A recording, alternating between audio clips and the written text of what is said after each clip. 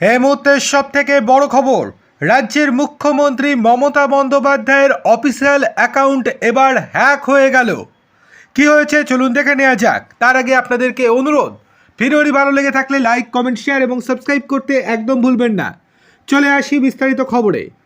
বাংলার বিভিন্ন প্রান্ত থেকে নাগরিকদের অভাব অভিযোগের কথা শুনতে সরাসরি মুখ্যমন্ত্রীর নামে পরিষেবা চালু করেছিলেন রাজ্যের মুখ্যমন্ত্রী মমতা বন্দ্যোপাধ্যায়।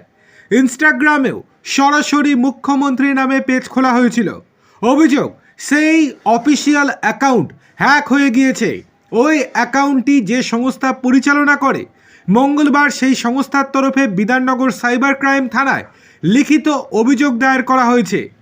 জানা যাচ্ছে, তদন্তে নেমে পুলিশ জেনেছে সরাসরি মুখ্যমন্ত্রী ইনস্টাগ্রাম অ্যাকাউন্ট ব্যবহার করে হ্যাকাররা 47টি অনুমোদনহীন মেসেজও পাঠিয়েছেন।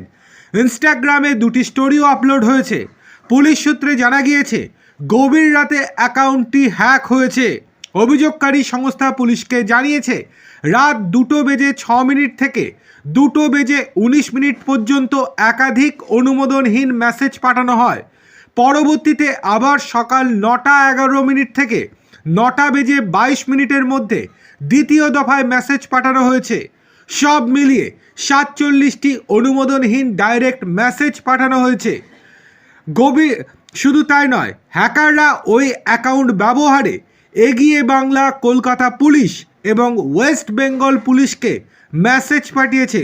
অভিযোগকারী সংস্থা পুলিশকে জানিয়েছে, ওই ইনস্টাগ্রামে অ্যাকাউন্টটি ব্যবহারের জন্য বেশ কিছু নিয়মাবলী রয়েছে।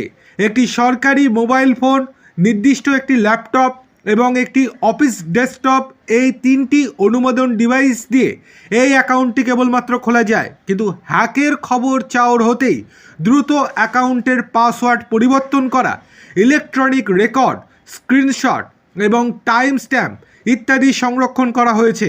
পুলিশ সূত্রে জানা গিয়েছে, ডিজিটাল প্রমাণ সংরক্ষণ করে দোষীদের চিহ্নিতকরণে তদন্ত শুরু হয়েছে।